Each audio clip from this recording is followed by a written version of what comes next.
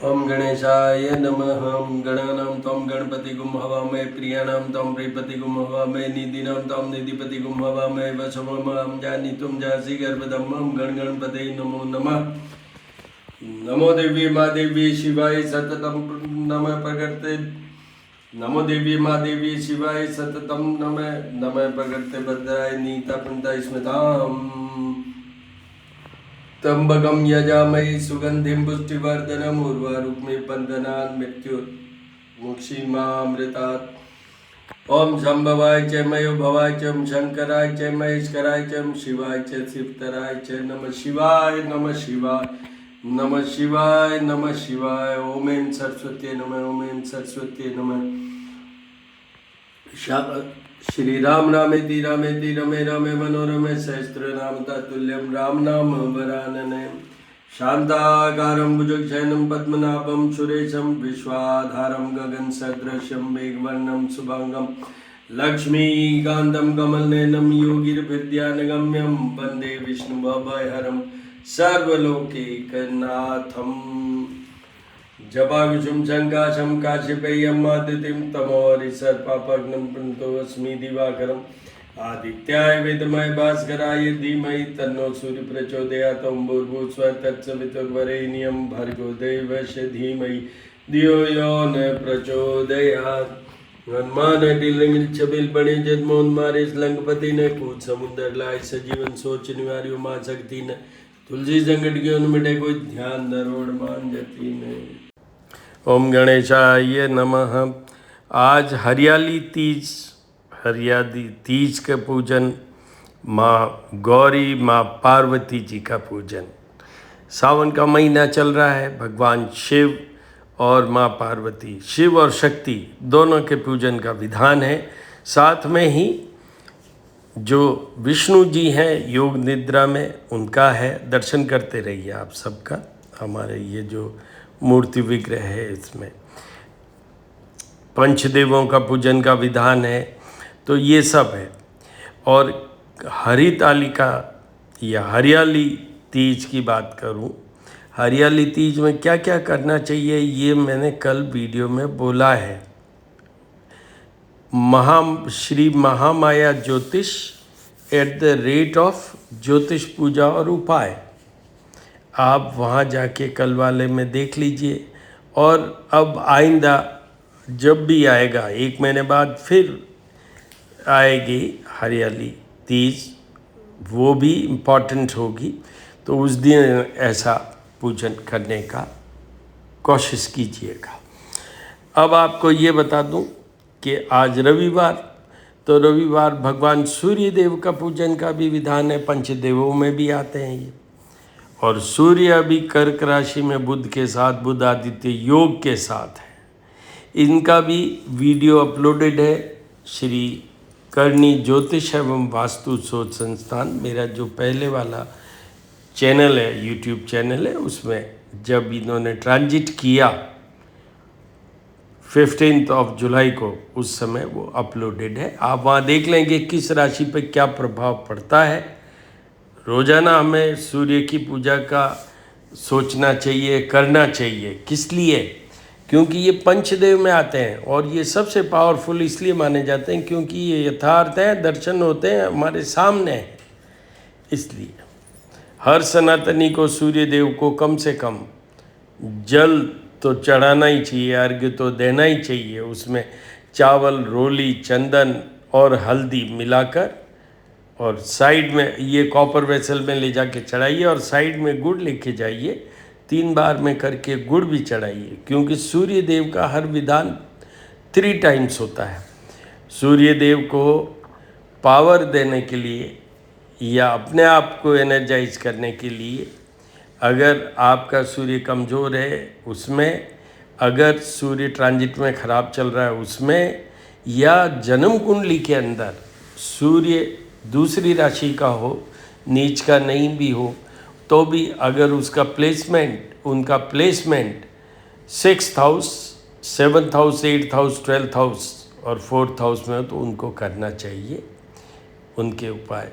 तो जब सूर्य तुला राशि में होते हैं 15 अक्टूबर से लेके 15 नवंबर तक, जिस किसी का भी जन्म हुआ हो उनके वो सूर्य नीच के होंगे, तो उनके लिए पूजन तो जीवन भर करना है उनको सूर्य देव का, बट साथ में ही एक होता आदित्य हृदय स्तोत्र। इसका रेफरेंस समझिए आप, आदित्य हृदय स्तोत्र क्या है। ये जब श्री राम जी का और रावण का युद्ध हो रहा था तो वो एग्जॉस्ट हो गए थे, तो अगस्त ऋषि ने उनको ये ततो युद्ध परिश्रांतम समरे चिंतया स्थितम, समर चल रहा मतलब युद्ध चलते हुए चिंता हो रही है भगवान राम को, जब उन्होंने ये जो आदित्य हृदय स्तोत्र है वो भगवान राम को बताया। अब इस स्तोत्र का भी ये प्रोविज़न है कि 3 बार पढ़ना होता है, तो आप 3 बार यूट्यूब से भी चला के सुन सकते हैं। और विशेष किसको, जिनके तुला का सूर्य है, जन्म कुंडली जन्म के समय बनी उसमें, और वो जब होता है जब 15 अक्टूबर से 15 नवंबर के बीच में किसी भी व्यक्ति का जन्म हुआ हो, 1-2 दिन इधर हो सकता है, but that can be checked in your horoscope. In case the sun is placed on figure 7, wherever it is in the horoscope, maybe in the 3rd house, 6th house, 7th, 8th, 9th, 10th, but if that is of Libra, you are required to do puja for sun throughout your life to keep yourself healthy, to get all name, fame, government job, everything, and to get protection in your married life.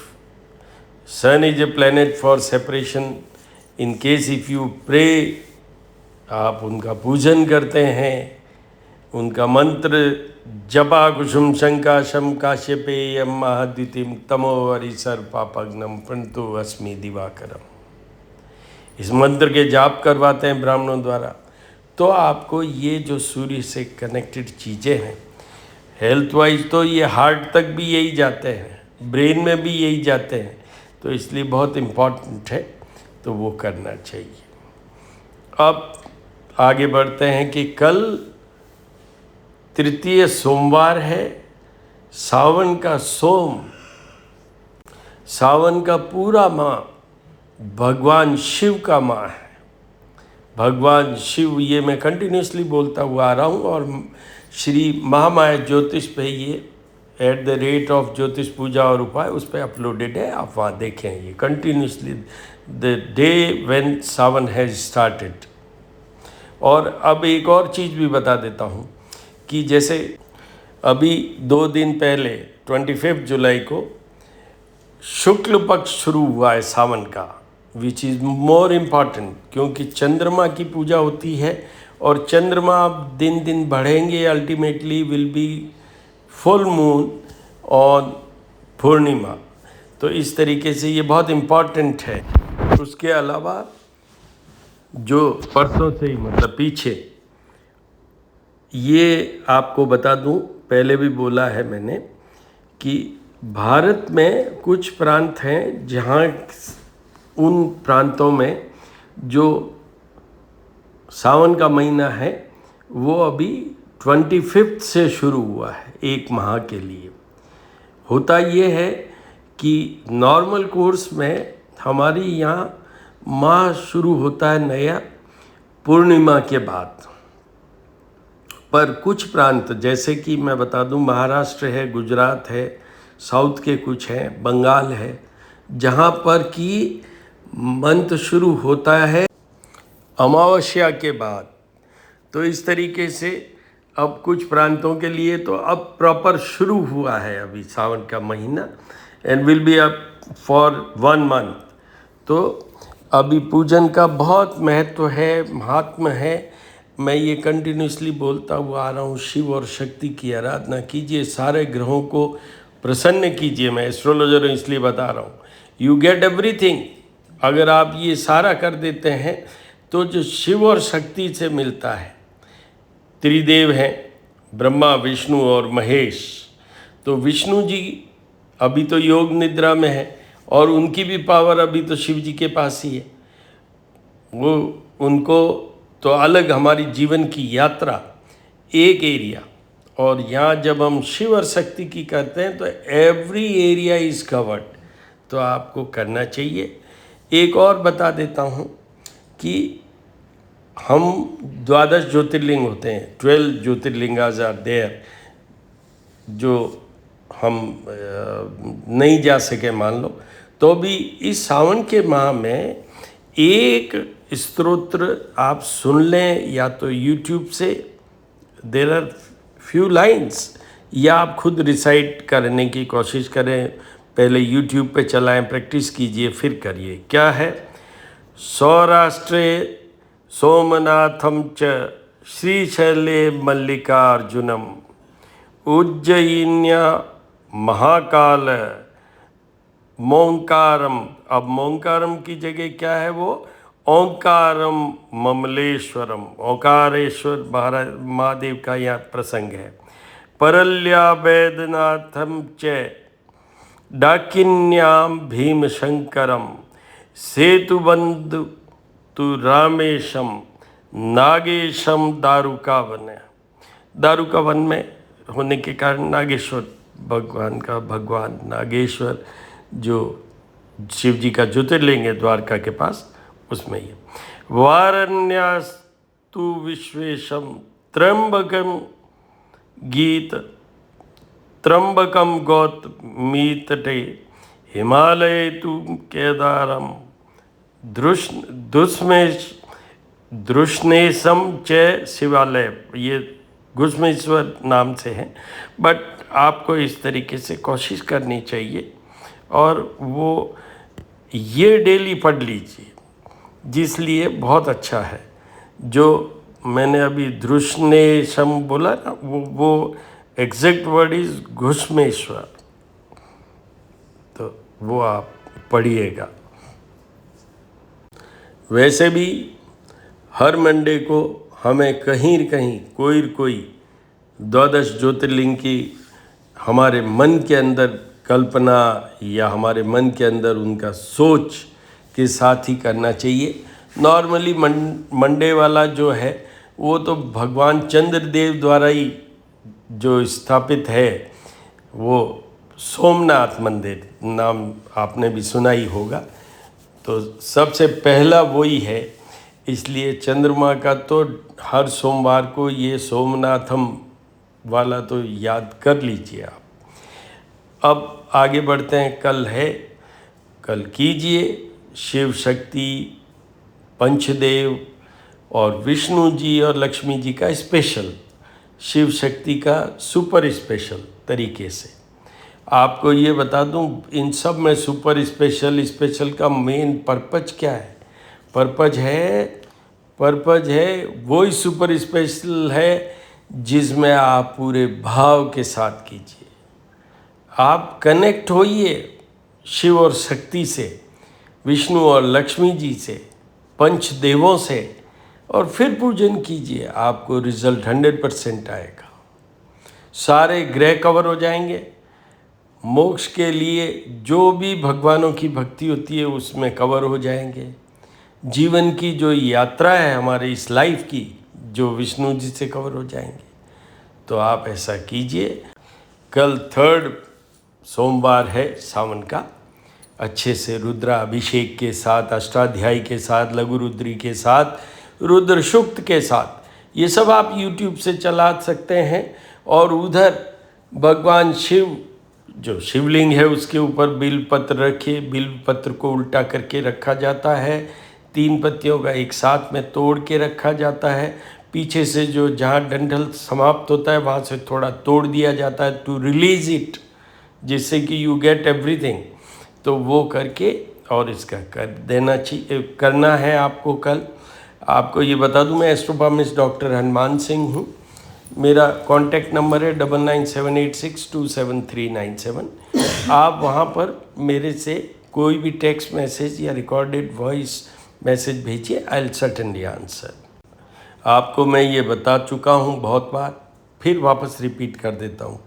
जो रुद्राष्टाध्यायी का हम करते हैं उसके जो 8 chapters हैं उन सब में कोई कोई ग्रह को एड्रेस किया है। पुरुष सूक्त भी वहाँ मिल जाएगा आपको, जो शिव जी का है वो रुद्र सूक्त भी वहाँ मिल जाएगा आपको। सूर्य चंद्रमा सारे 9 ग्रहों के मंत्र भी उसी के अंदर है। सर्पदोष मतलब जो काल सर्प दोष की बात करें, राहु केतु की बात करें, वो सब उसमें कवर हो जाते हैं। इसलिए आप सुन लीजिए या कर लीजिए, या ब्राह्मणों से आप अपने घर पे रुद्राभिषेक अध्याय मतलब 8 चैप्टर्स वाला वो कोशिश कीजिए। नहीं तो शतरुद्र ही होता है जिसमें 100 स्टेंजाज होते हैं, और वो भी नहीं तो फिर रुद्र सूक्त है जिसमें 16 है, और वो भी नहीं तो भाव के साथ नमः शिवाय के साथ कर लीजिए। भाव का साथ जरूर होना है। Put your all emotions, put your all concentration, submission, surrender, and you will get the results. You will get the results. नमः शिवाय, नमः शिवाय। अब मैं आपको आरती के दर्शन करवाऊंगा। ये मैं बहुत बार बोल चुका हूँ, आरती के दर्शन करने मात्र से आपकी पूजा मानी जा सकती है। आप अपने आप को एनर्जाइज कर सकते हैं। ओम नमः शिवाय, ओम नमः।